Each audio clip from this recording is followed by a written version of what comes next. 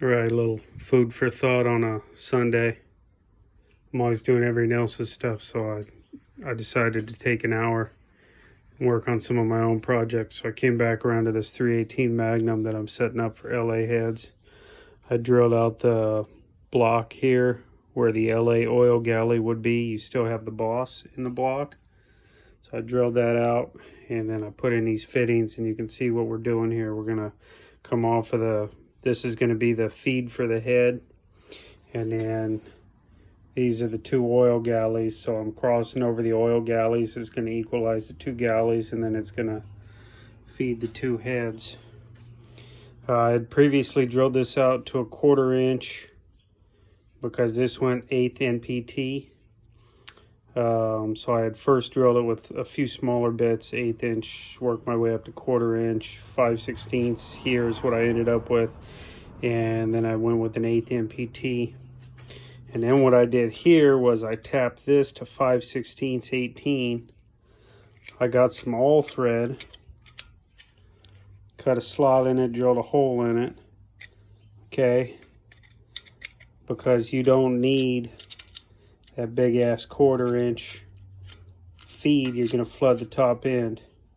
So this works like a carb jet. I used a 100 thousandths drill bit. I may go up or down, so if I decide it's too much or too little oil, I can pull that back out in the future. You know, you got to pull the head, but I can pull that back out like a carb jet. I can have one drilled bigger or smaller, and then swap them out without re-drilling and tapping the block and then getting all the galleys full of metal shavings and shit. So that's what I came up with. Little slot. It's just some 5/16 all thread with a hole drilled in it. Okay, it's all gonna get cleaned up and Loctited and sealed and better than it is, but I'm just in the modification stage right now. My next thing will be to drill this galley, and then I'll come up to here. But in the meantime of screwing around with this, I bought this intake that I'm not too impressed with. First time I had one of these for a small block. It's a strip dominator. I've had big block street dominators, which is 90% of the time the best manifold you're going to put on most of your guys' 440s as a street dominator.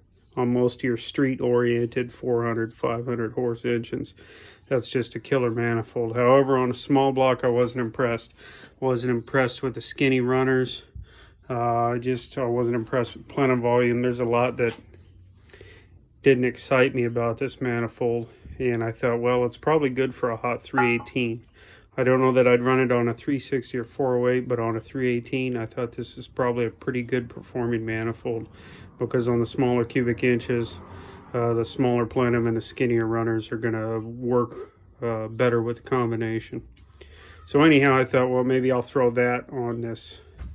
And then I started to realize, you can see where my tube hits the bottom of the manifold there. Okay, we got a gap here still. We're not all the way down. And then I was looking at this one here, and I thought, yeah, I'm right there. I don't have any room.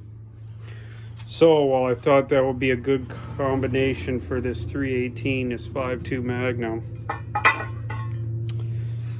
I'm going to go back with the other manifold I picked up. That's an M1. Now, this isn't the best M1.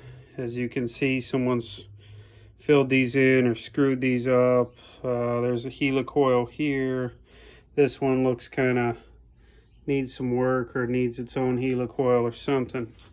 But I picked that up for $150 on eBay. So if you see a better M1 out there for 150 bucks, send it my way and I'll buy that one too. It's still an air gap design, so you're still separating the runners from the oil to keep the runners cooler. I think this is a much better manifold in my opinion. I just plenum volume and runners and everything, I like this one a lot better, and I may try and do maybe a more in-depth video on that later. But anyhow, so this M1 still going with an air gap, still going with a very similar design. And then you come down and you can see there's a ton of room in there. compared to what I had with the other manifold.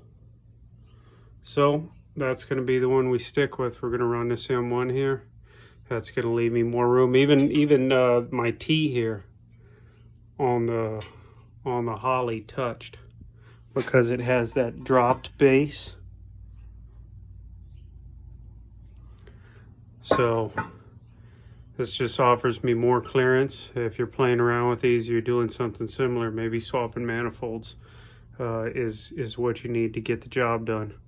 I like these runners a lot better. I'm not going to get into it. I like this manifold. Anyhow, that's where I'm at. That's my Sunday.